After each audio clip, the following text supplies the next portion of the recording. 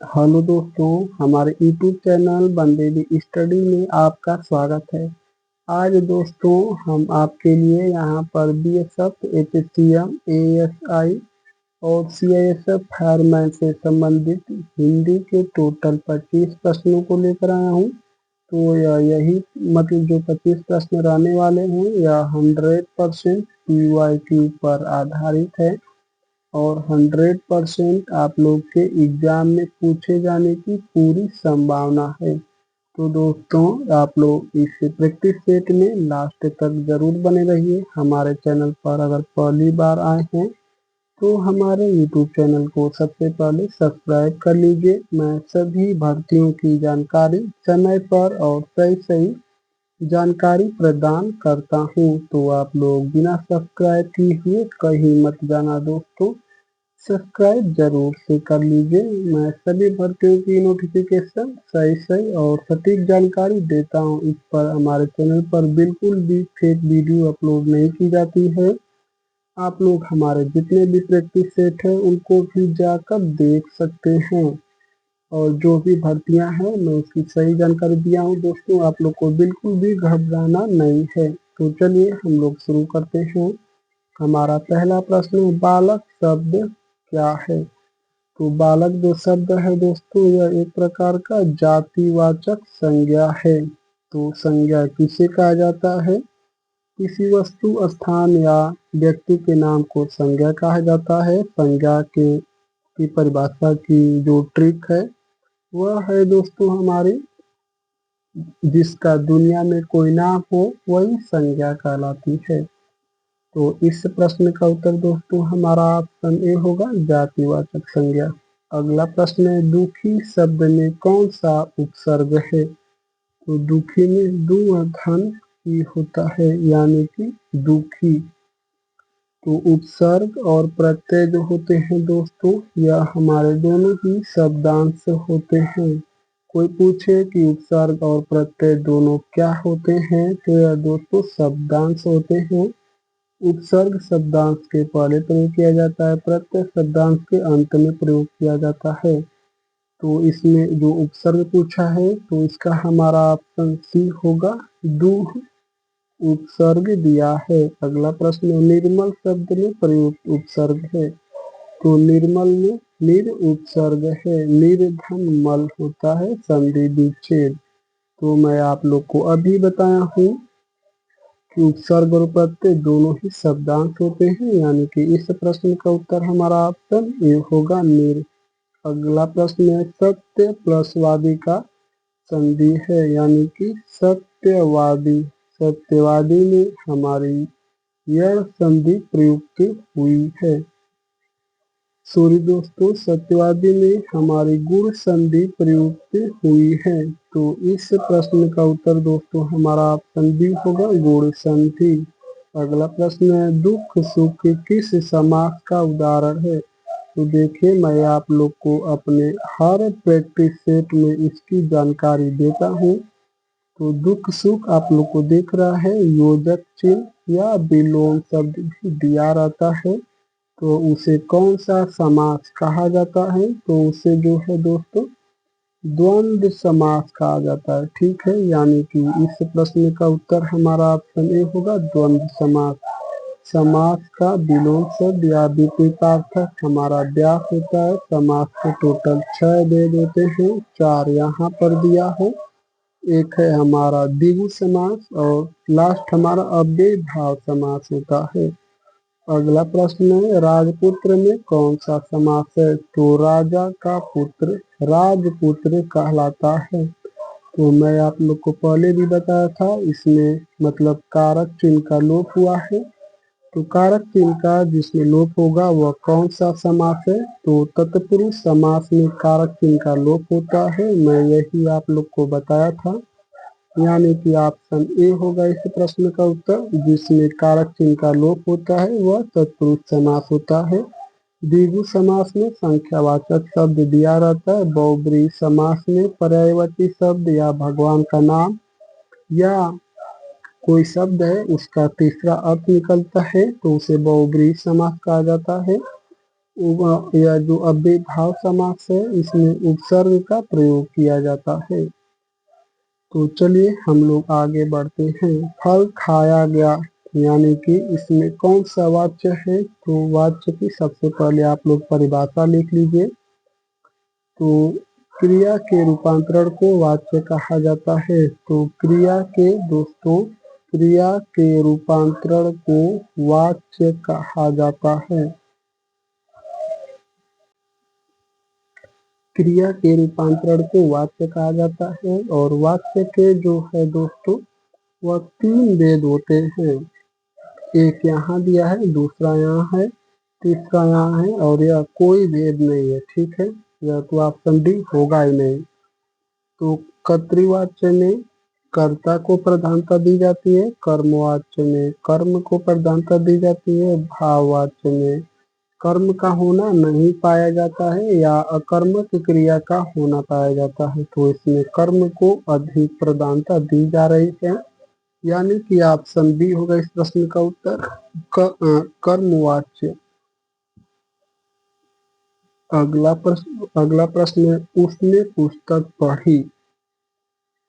तो चलिए हम लोग देखते हैं, उसने पुस्तक पढ़ी वाक्य में उसमें क्या पद है? तो उसमें जो है दोस्तों एक प्रकार का हमारा सर्वनाम है। सर्वनाम का शाब्दिक अर्थ दोस्तों सबका नाम होता है और सर्वनाम उसे कहा जाता है जो शब्द संज्ञा से पहले प्रयुक्त किए जाते हैं, उन्हें सर्वनाम कहा जाता है। सर्वनाम के टोटल 6 भेद होते हैं। सर्वनाम की कुल संख्या 11 होती है और पुरुषवाचक सर्वनाम के टोटल 3 भेद होते हैं और निश्चयवाचक सर्वनाम को संकेतवाचक सर्वनाम भी कहा जाता है। तो इस प्रश्न का उत्तर दोस्तों हमारा ऑप्शन बी होगा सर्वनाम। अगला प्रश्न है, बहुत सुंदर में बहुत क्या है? तो बहुत सुंदर में जो बहुत है दोस्तों यह जो है क्या है? तो यह जो होगा दोस्तों यह हमारा क्रिया विशेषण है। तो क्रिया विशेषण उसे कहा जाता है जिससे क्रिया की विशेषता बताई जाती है। क्रिया विशेषण उसे कहा जाता है। क्रिया विशेषण के कुल 4 भेद होते हैं, निपात के 9 भेद होते हैं, अव्यय के 4 भेद होते हैं, क्रिया के 2 भेद होते हैं, संज्ञा के 5 भेद होते हैं, विशेषण के 4 भेद होते हैं। तो इस प्रश्न का उत्तर दोस्तों हमारा ऑप्शन सी होगा। चलिए हम लोग आगे बढ़ते हैं। सच्चा शब्द में कौन सा प्रत्यय है? तो सच धन चा यानी कि सच्चा। तो कौन सा प्रत्यय है? तो ऑप्शन सी होगा इस प्रश्न का उत्तर हमारा।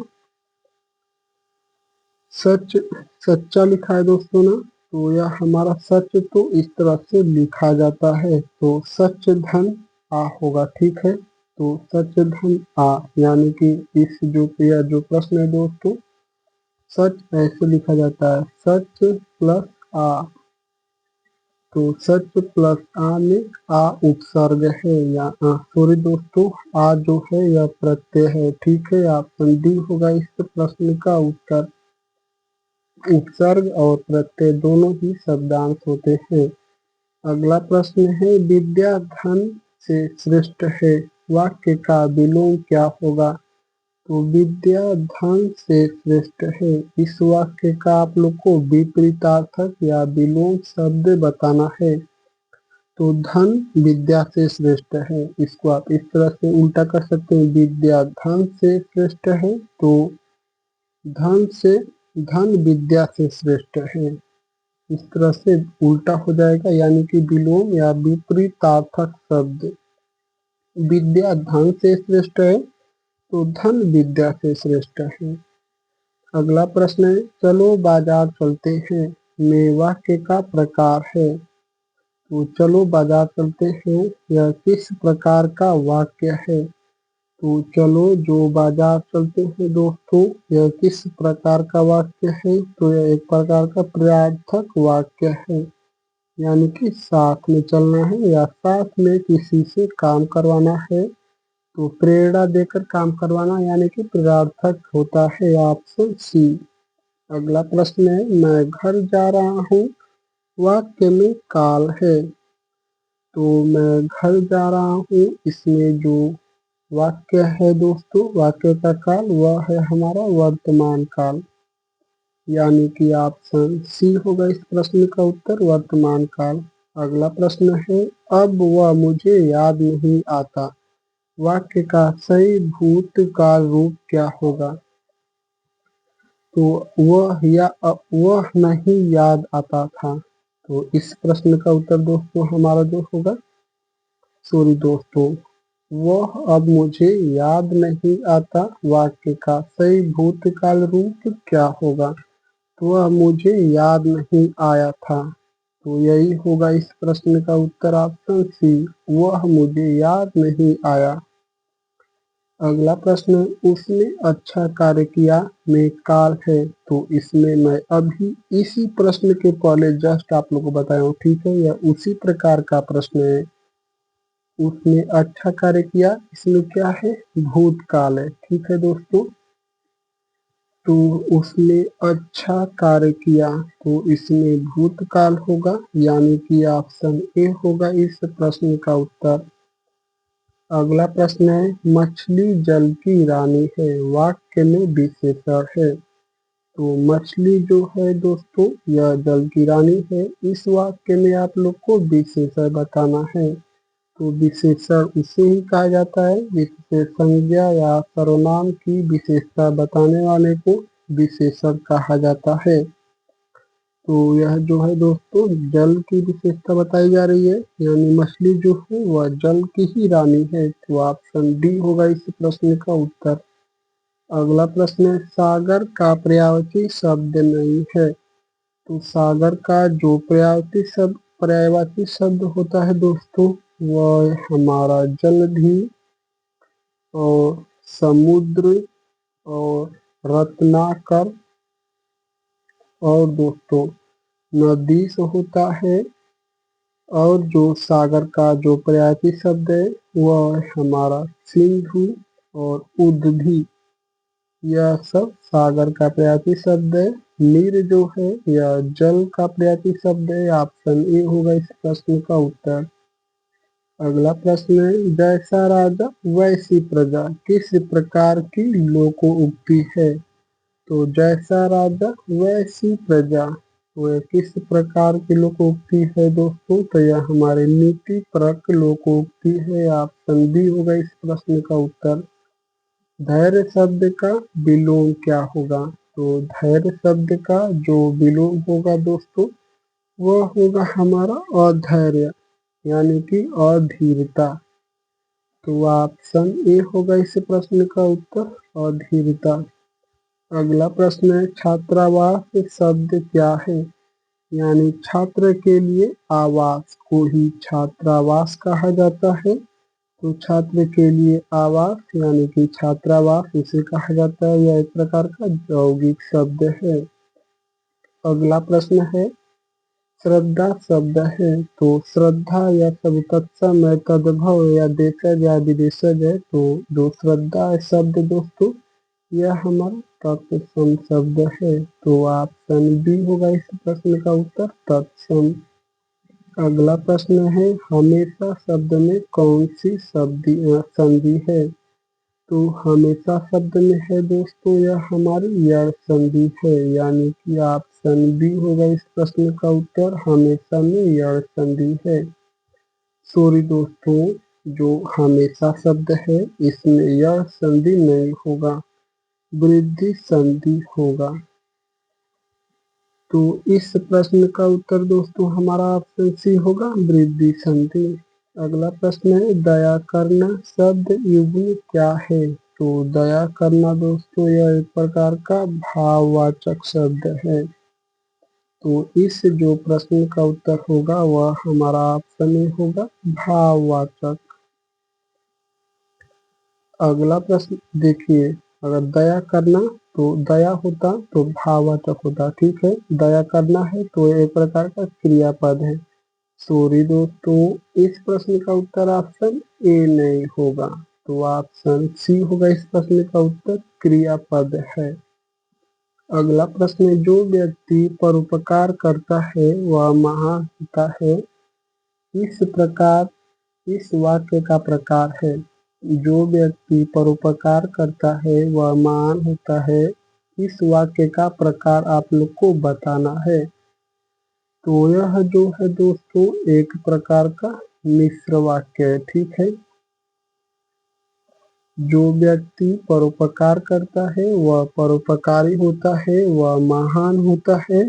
तो यह एक प्रकार का मिश्र वाक्य है। ऑप्शन सी होगा इस प्रश्न का उत्तर। अगला प्रश्न है, जल्दी शब्द क्या है। तो इस जो प्रश्न का उत्तर है दोस्तों आप लोगों को कमेंट में बताना है। मैं सभी प्रश्नों का उत्तर तो आप लोग को बताया हूँ, यह लास्ट प्रश्न था इसलिए मैं आप लोगों के लिए कमेंट के लिए छोड़ रहा हूँ। तो दोस्तों आप लोग हमारे YouTube चैनल बंदेरी स्टडी पर अगर पहली बार आए हैं तो सबसे पहले आप लोग हमारे चैनल को सब्सक्राइब कर लीजिए। वीडियो अच्छी लगी है तो लाइक करना मत भूलना दोस्तों। आप लोग यह भी कमेंट करके बताइए कि यह जो मैं 25 प्रश्न आप लोगों के लिए लेकर आया था, इन 25 प्रश्नों में से आपको कितने प्रश्नों का सही सही जवाब पता था। और दोस्तों आप लोग अपनी समस्याओं को हमारे कमेंट बॉक्स में छोड़ सकते हैं, मैं सभी भाइयों की रिप्लाई देता हूँ। तो चलिए हम यही वीडियो क्लोज करते हैं। आप लोग का बहुत बहुत धन्यवाद दोस्तों।